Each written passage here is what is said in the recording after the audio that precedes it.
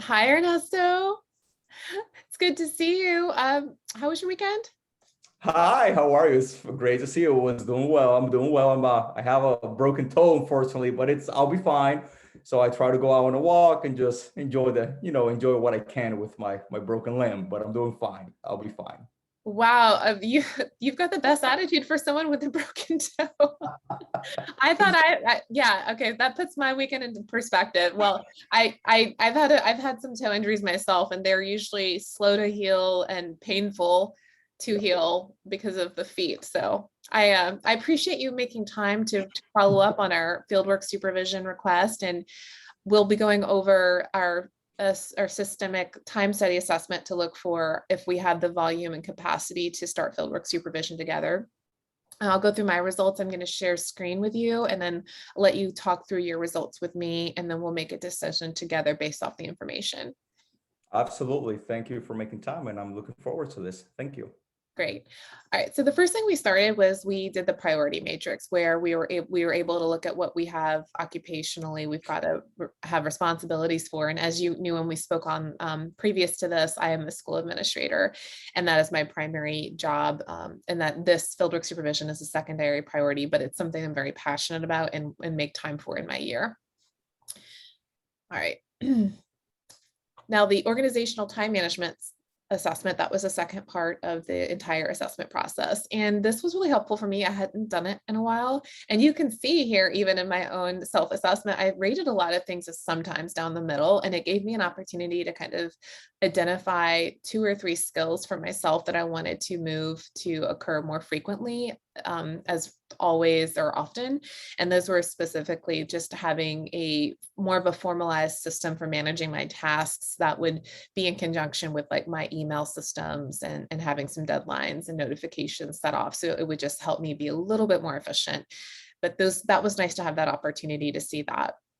And then my schedule, which was the final part of the process for us, was I put everything that I do have to do at work in relation. And you see here, like I basically just put 40 hours for teaching because that's my day at school, but then I have 7.5 hours available for fieldwork supervision as my second priority. And that would happen and be available from 3:30 to 5, Monday through Friday.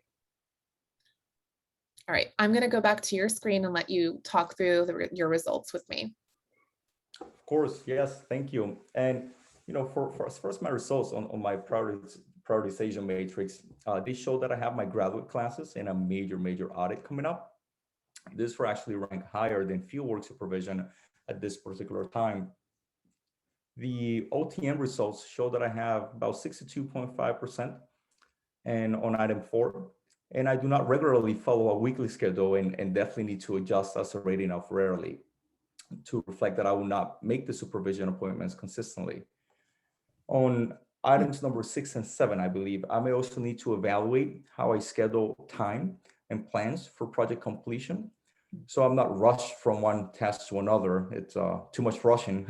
Finally, for my own time of the day, it just looks like I will have the same overlap with your time in the afternoons. Okay. And I wanted to clarify, just make sure your evening class is Monday and Wednesday, 5:30 to 8:30. Is that right? That is correct. Yes. Okay, perfect. All right. Thank you for that. So out of curiosity, have you ever done anything like this before? No, and I'm a little angry that nobody, this should have come with as soon as I started my grad school program. It should be mandatory, but no, I've never been exposed to this, and I find it very helpful. Yeah, I hadn't either until I became a fieldwork supervisor, and then really had to evaluate how I take on responsibilities for trainees and supervisees. And so really kind of gave me that opportunity to be a little bit more objective and systematic about how I make the determination.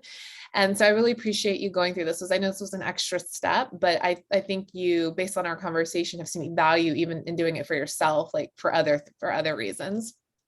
So my suggestion in looking at everything side by side right now is that your OTM skills, especially the ones where you identified the one that was 2, where it was like you may not always be consistent with what you schedule, and then the 2 other ones that you notated I would say let's move those need to move probably to, I would say definitely at least often, which is a rating of 4, if not almost always, which is that higher rating. Those are really important, specifically relative to your fieldwork supervision, so that you're prepared and not rush or having to cancel, like you said, or spill into other tasks you may have. Your current priority matrix shows that you've got that major audit and your graduate classes, which I see that they're at the evening after work, Monday and Wednesday. And then fieldwork supervision was about 3rd ranked. My suggestion, and then I'm sorry, the other thing I did want to note that I think is important to mention is we do actually have a natural overlap, which is very convenient. The afternoon schedule, out of both the green spots we have open right here, 1.5 hours of that we would need to have this type of contact just to talk on your clinical and technical skills, and the rest of that time would maybe need to be available for other tasks related to your fieldwork supervision, so that time may be easily eaten up by other unrestricted activities or supporting tasks that are in addition to this type of contact we're having.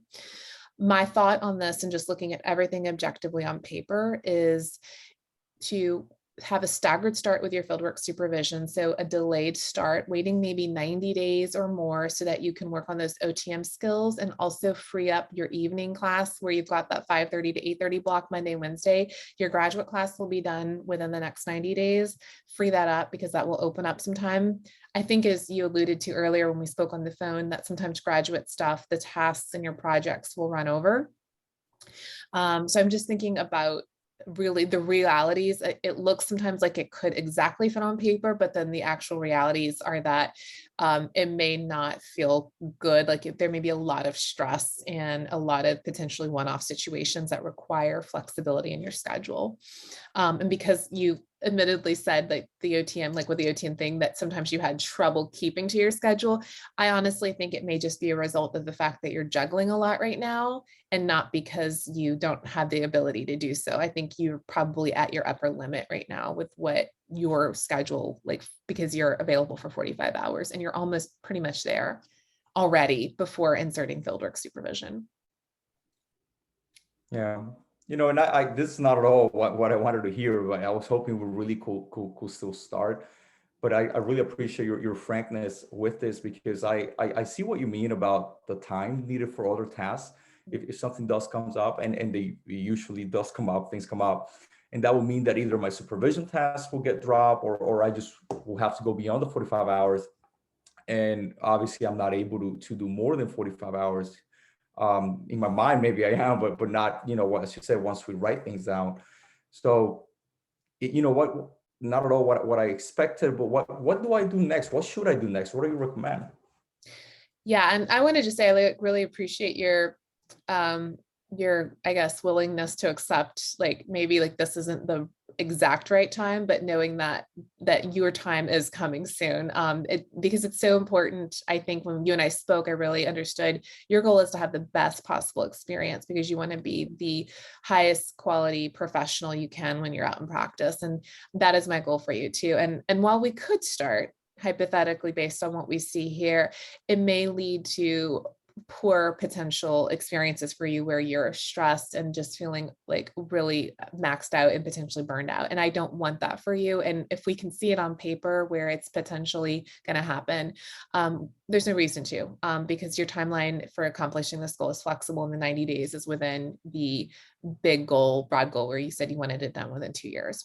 So I would just say I have some supporting documents I'm going to send to you, which are a self-monitoring sheet. I'd like for you to plug in those 3 OTM skills and self-monitor every week, whether or not you hit your target or not, meaning take those 3 metrics and literally ask yourself yes or no. And your goal would be to get 80% or higher each week accuracy, of meaning like you did what you said you were going to do when you were going to do it. And then your graduate class will be wrapping up in the next 60 to 75 days based off of the emails we had shared. So those things will kind of naturally resolve. And then I would suggest you and I have a check-in within the next 3 to 4 months to just revisit all this and say, okay, is now the time to start? And the time is there. Okay. I mean, this does make sense. And frankly, I do want to have a positive experience with the field work, so I can really give it the attention it deserves. I really appreciate this. Absolutely. Well, let's go ahead and put a reminder. I'll send a schedule invite now. Are you comfortable with just doing a 90 days from today where we do an email check-in and schedule a follow-up? Of course, I look forward to it. Yes. Okay. Wonderful. Thank you so much. Appreciate it. Thank you. Bye.